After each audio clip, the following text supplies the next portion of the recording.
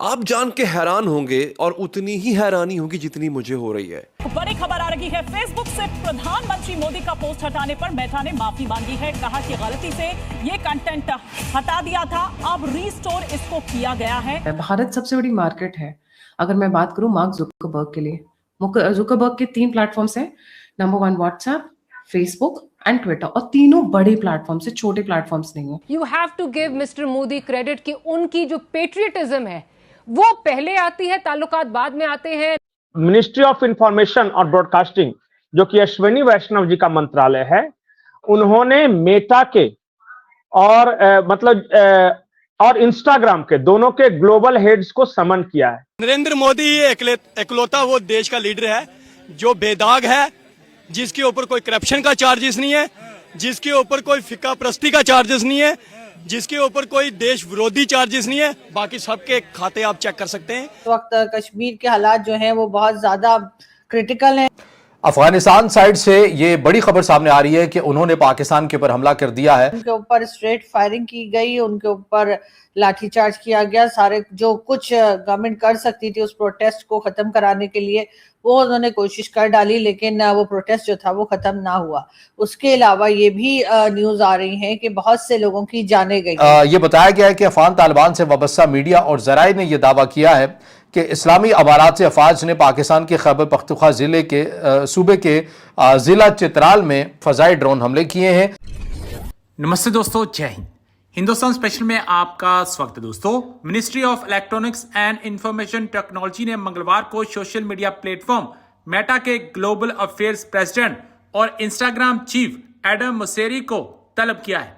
इससे पहले मेटा ने प्राइम मिनिस्टर मोदी का एक वीडियो अपने फेसबुक प्लेटफॉर्म पर प्रतिबंधित कर दिया था। बाद में जब ये बवाल शुरू हुआ तो मेटा ने माफी मांगकर इस वीडियो को फिर से बहाल कर दिया और दलील दी कि ये जानबूझकर नहीं हुआ बल्कि गलती से हुआ था। हालांकि रिपोर्ट है कि सरकार इस जवाब से संतुष्ट नहीं है। एचटी की एक रिपोर्ट के अनुसार आईटी मंत्रालय के एक वरिष्ठ अधिकारी ने उसे बताया कि मेटा के ग्लोबल अफेयर्स प्रेसिडेंट जोएल कपलन और इंस्टाग्राम चीफ एडम मोसेरी को इसके लिए ईमेल पर सम्मन भेजा गया है। भारत सरकार की ओर से यह सम्मन फेसबुक से प्राइम मिनिस्टर मोदी के वीडियो को हटाए जाने को लेकर मेटा की सफाई के कुछ ही देर बाद जारी किया गया।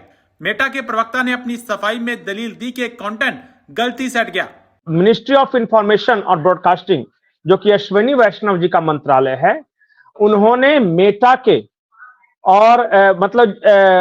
और इंस्टाग्राम के दोनों के ग्लोबल हेड्स को समन किया है कि आपने नहीं ग्लोबल हेड को, मतलब टॉप मोस्ट जुकरबर्ग और बिल्कुल। और भारत सरकार में जो इंफॉर्मेशन मिनिस्ट्री है उसमें एक बात की चर्चा हो रही थी आज सुबह सुबह ही कि हम लोग डिजिटल इंपेरियलिज्म के शिकार हो रहे हैं। पिछली बार ईस्ट इंडिया कंपनी आई थी और उन्होंने क्या किया था, व्यापार के बहाने आई थी और एक एक करके राजाओं को जीतना शुरू कर दिया था आपस के फॉल्ट लाइन्स का फायदा उठाकर। सेम वही काम कर रहे हैं आज की जो ये टेक कंपनियां हैं, बड़ी कंपनियां हैं। और वो बातचीत हो रही थी कैसे आज अगर फेसबुक, इंस्टा, ट्विटर ये सब चाहे तो भारत को ब्लॉक करवा सकता है, पूरी तरह भारत में अफरा तफरी मचा सकता है।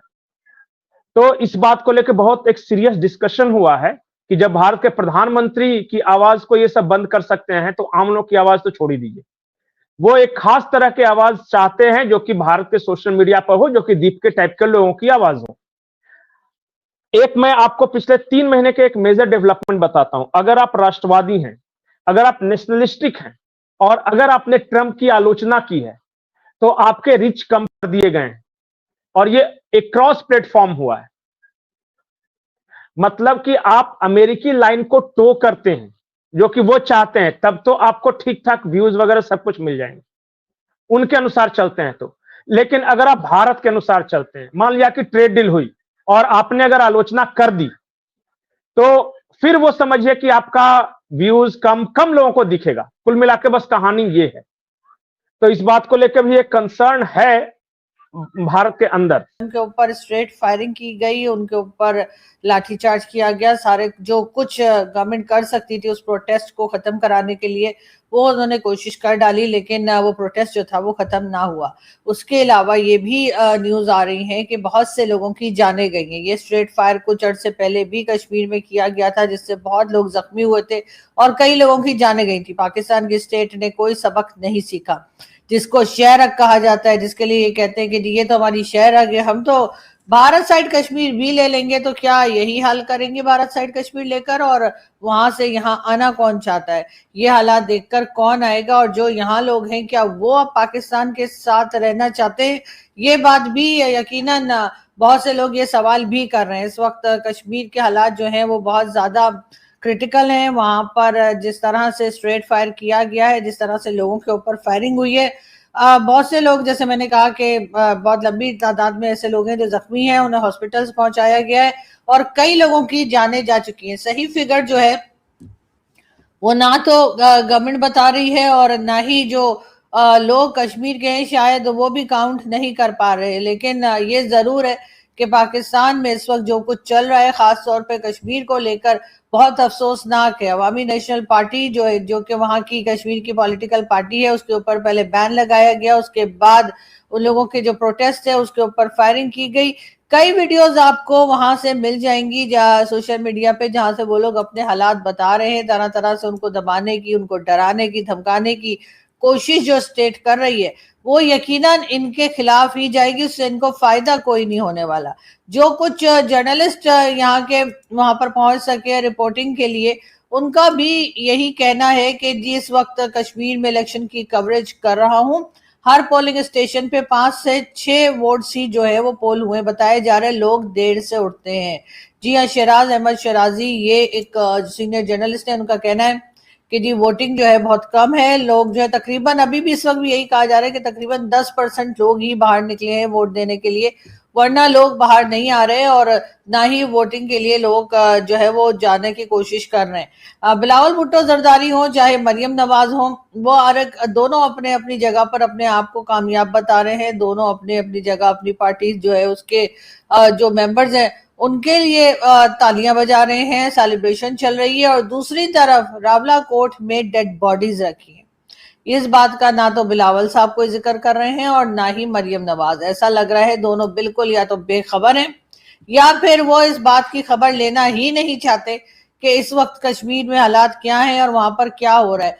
सिर्फ और सिर्फ उनको अपने इलेक्शन की पड़ी हुई है, लेकिन इलेक्शन का कोई मतलब नहीं है। अगर इसी तरीके से सीट्स जो है वो बांटनी थी और वहां की जो मेन पार्टीज हैं, जो वहां की जिनकी यानी जमीन है, वो उनको जो है अगर आप इलेक्शन में हिस्सा लेने नहीं दे रहे तो बस फिर अनाउंस कर दीजिए कि जी पीपल्स पार्टी को दे दिया है या पीएमएलएन को दे दिया है। क्या जरूरत पड़ी है लोगों को बाहर आने की और वोट डालने की और ये कहने की कि जी आजाद कश्मीर है? क्या आजाद कश्मीर ऐसा होता है? क्या आजादी ऐसी होती है? क्या आप लोगों के ऊपर फायरिंग करें, लोगों की जाने लें और बार बार स्टेट जो है वो अपनी इस गलती को दोहराती चली जा रही है। आजाद कश्मीर इलेक्शन में 1000 टोटल वोट थे।